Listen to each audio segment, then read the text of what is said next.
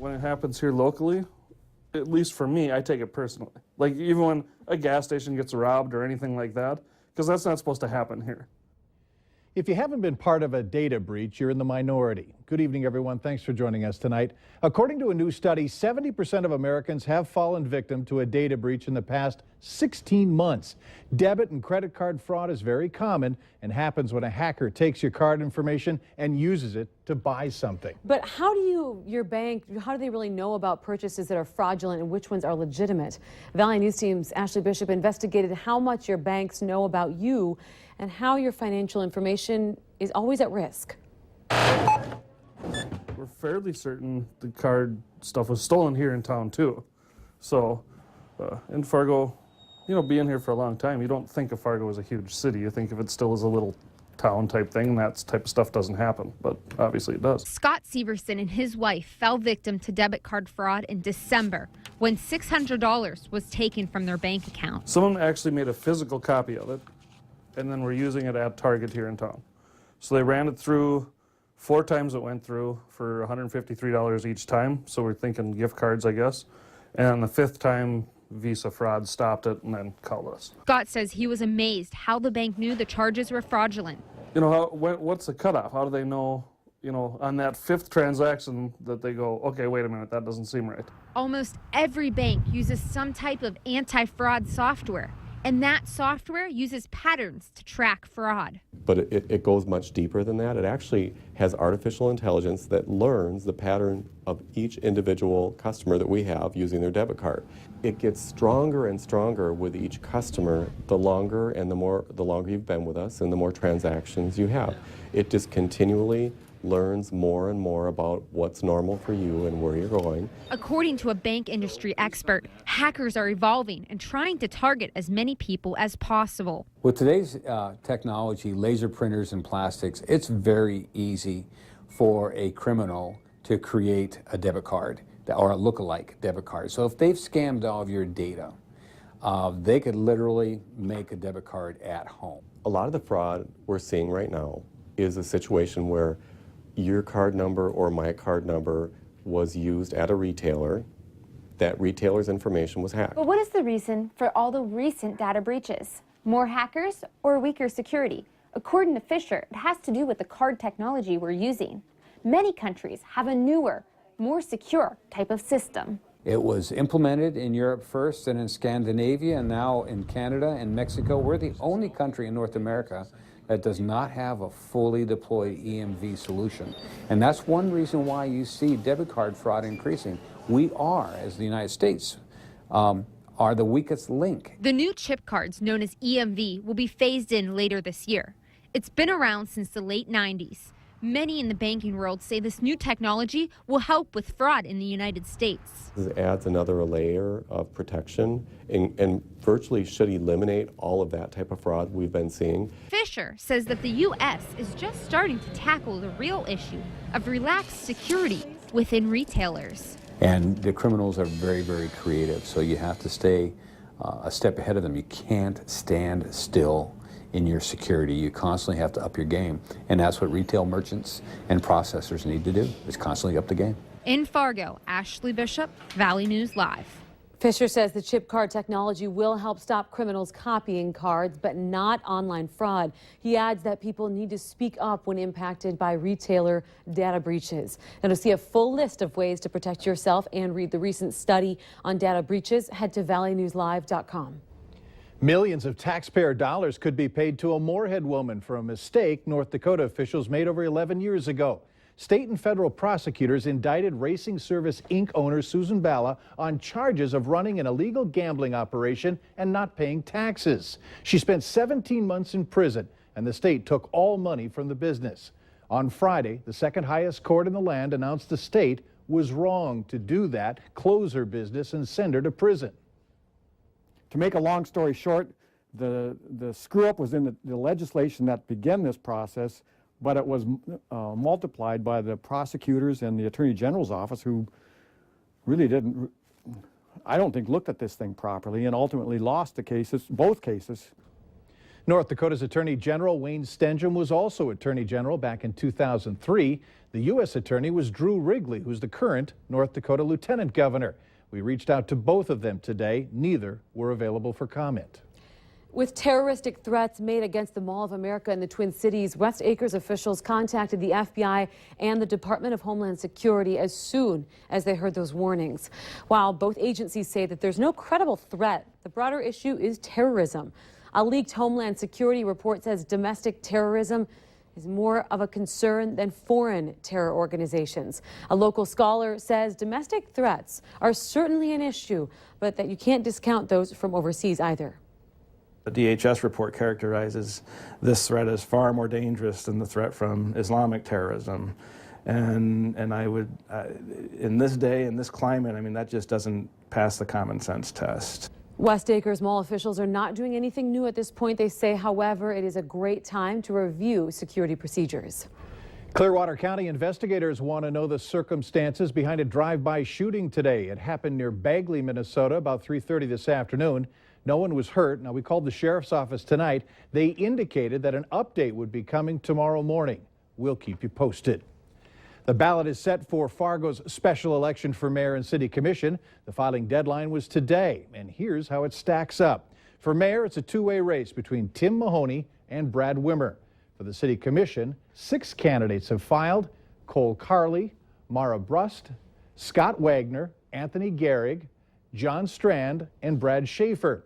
Now, voters will also decide the fate of a charter amendment eliminating the need for a city commissioner to resign his or her commission seat to run for mayor. The election is set for April 28th. The Moorhead School District will be spending some big bucks for needed expansion. Tonight, the school board approved an $80 million investment to help with the growing number of students. That includes building a new elementary school, adding on to Horizon, and possibly building another high school. Horizon Middle School, for example, reached its capacity of 1,300 students this year. Elementary schools designed for 750 students are now serving more than 850.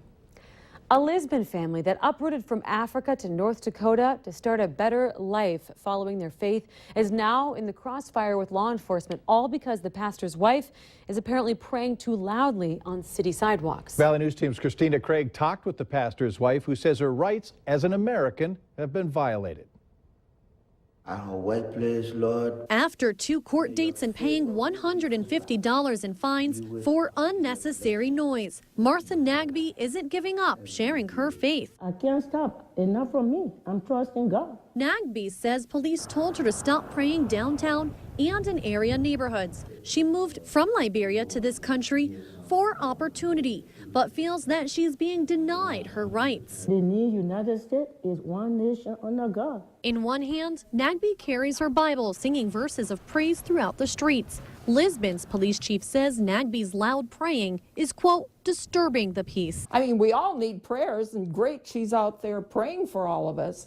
But it's the volume of her voice. Police further say this isn't about race, religion, or freedom of speech. They've received complaints from neighbors that have been woken up, and she is standing outside of their house shouting.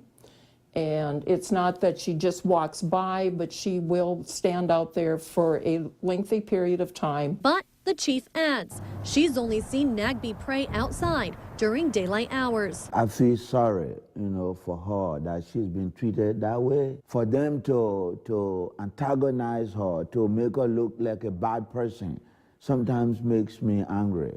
Somebody should give her the respect that she deserves. Police may see Nagby as an obstacle that can't be quieted, but she intends to carry out her faith by making joyful noise. In Lisbon, Christina Craig, Valley News Live. Chief Person says if Nagby continues to pray loudly in the streets, she will continue to be fined. But the chief also says if Nagby lowered her voice, the problems would go away. If you need help uncovering fraud or corruption in your community, call our whistleblower hotline. We'll do our best to get to the bottom of it. 701-237-6576. That's the number to call. Leave your tip. A member of our investigative team will get on the case and go to work to expose the truth. Valley News Live 10 at 10 continues with No Wait Weather. Well, you've heard me say it before. I'll say it again. Whiplash weather continues. Yes. Sunday, record lows in the region. It was a record low high temperature in Sisseton of 0. And it just warmed up today, but that isn't going to last. Oh, come on. Sorry to burst your bubble there, Mr. Morgan. Let's take a look at what we saw today. And that was gusty south winds, over 40 miles per hour, causing that Mike Morgan necktie to flap in the wind throughout the day. 43 degrees warmer right now in Detroit Lakes than it was yesterday at this time.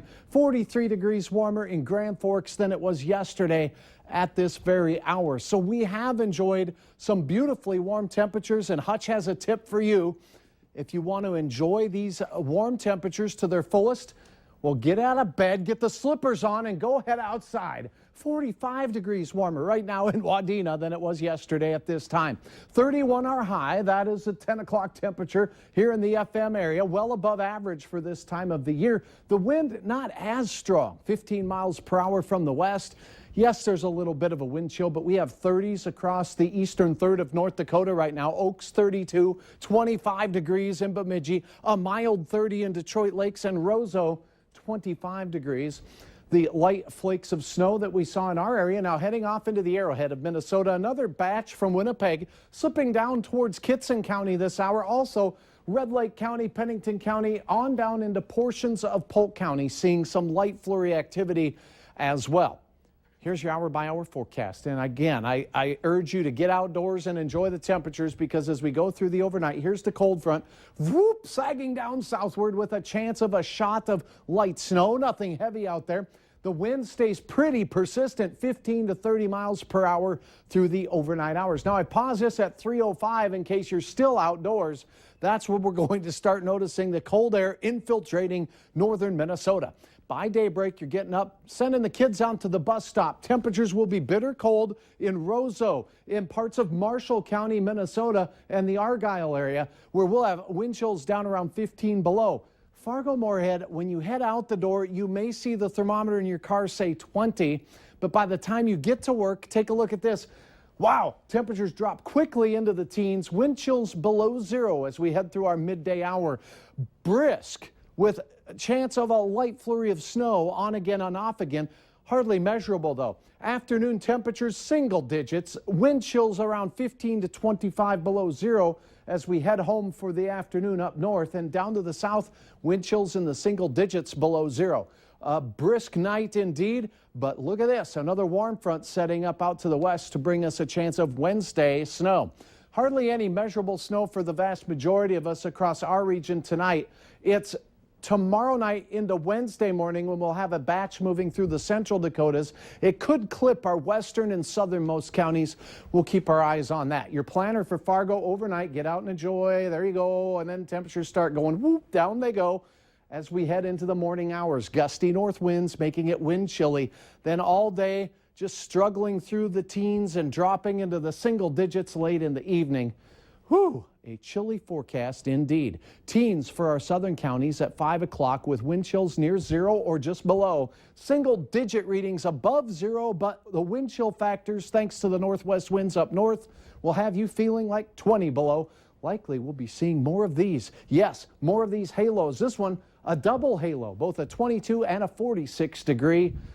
Ring of fun light there. 5 degrees on Wednesday, another cold day for your midweek. And then after hump day, we start to get over the hump temperature-wise. And 3 whole days in the 20s, Saturday, Sunday, and Monday. Make your plans right now. Hope it's a trend to come. It looks like there'll be more of that in the future. Thanks, Hutch.